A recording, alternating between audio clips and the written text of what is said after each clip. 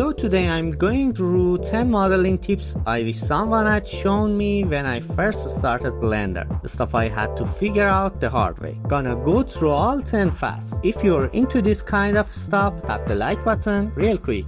Let's get into it. Number 1. If you're working on a cylinder and want to make it chubbier or thinner without changing its height, hit Alt+S instead of scaling normally. It fattens or shrinks the whole shape while keeping the length exactly the same. Number 2. Say you've got 2 rows of faces facing each other with a gap between them. You don't have to bridge them one at a time. Just grab the 2 vertices where the gap starts, hit F, and it bridges the whole loop for you face by face. Number 3.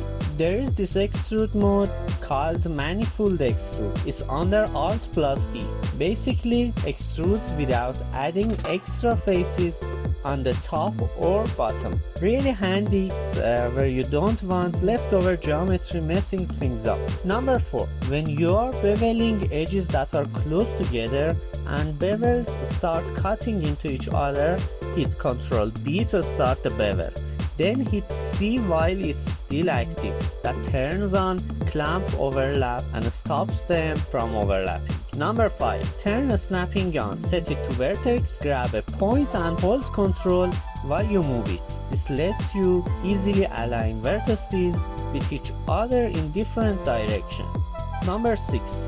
If you're moving a vertex but don't want to mess up the shape, tap G twice instead of once.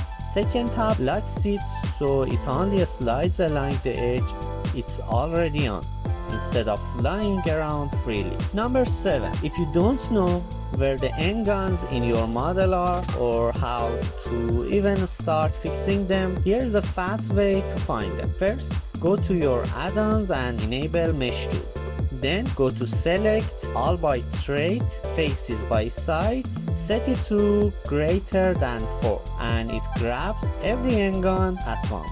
From there, hit Ctrl+T to triangulate, then Alt+J to turn them back into quads where it can. A lot of times though, the cleanest fix is just doing by hand, joining vertices with J or cutting in with the knife tool K, instead of relying on the automatic method. Quick break. Links to my ArtStation are in the description if you want to check out my work. Back to the tips. Number 8.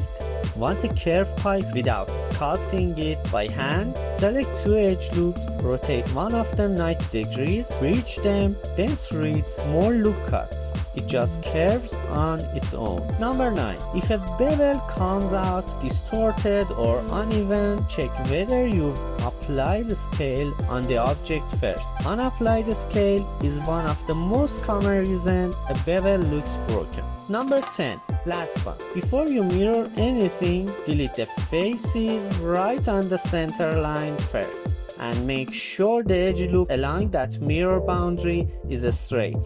Otherwise, you'll get vertices merging in the wrong spot and a seam right down the middle. And that's all time. If you want to see these kinds of techniques actually used in a full build, I've got a video on sci-fi hard surface prop design. Check that out right here.